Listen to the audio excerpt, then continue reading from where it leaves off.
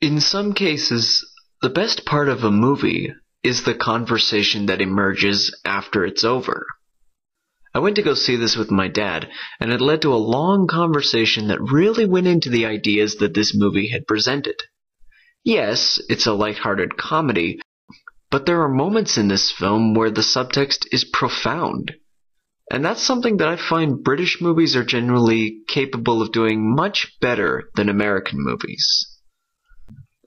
The Best Exotic Marigold Hotel follows several British citizens who are in their autumn years, retired in a society that views them as a burden. For their own individual reasons, they travel to India to stay at a hotel called the Best Exotic Marigold Hotel, run entirely by a young man who seems crazed by his own enthusiasm and optimistic dreams. The 7 Brits are all portrayed by noted British thespians. The biggest names would have to be Judi Dench, Tom Wilkinson, Bill Nighy, and Maggie Smith. The young hotel manager is played by Dev Patel, who was seen by most people in Slumdog Millionaire. Patel gives one of the most energetic and heartwarming performances of the year. His eagerness to succeed is incredibly contagious, but there's also a funny calculation in his words, like when he deals with complaints from his tenants or from financiers. Obviously, this movie has a lot of fantasy to it. The portrayal of India is probably much more accurate than a lot of other Western movies have been in the past, but it's apparently still a ways off from what it's really like. But while it might not be the most realistic image, the movie doesn't portray India as a paradise meant to serve these old travelers.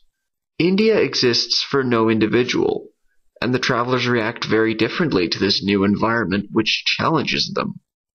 Deep down, though, despite all its whimsy and its positivity, the movie's message is really interesting.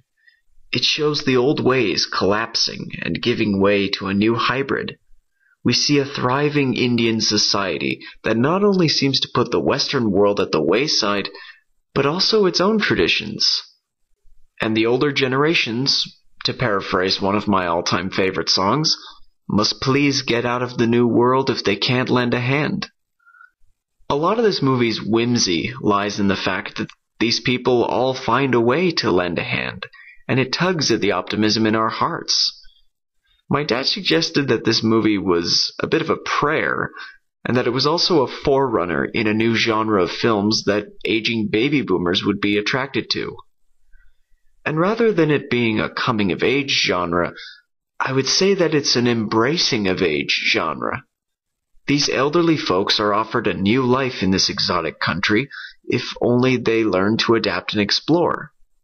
When I first saw the trailer, I dismissed this film as a British version of Eat, Pray, Love, but it's far from that.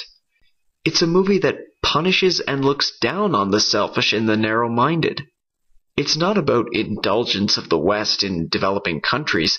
It's about the West recognizing that these developing countries will soon become the centers of tomorrow's economy.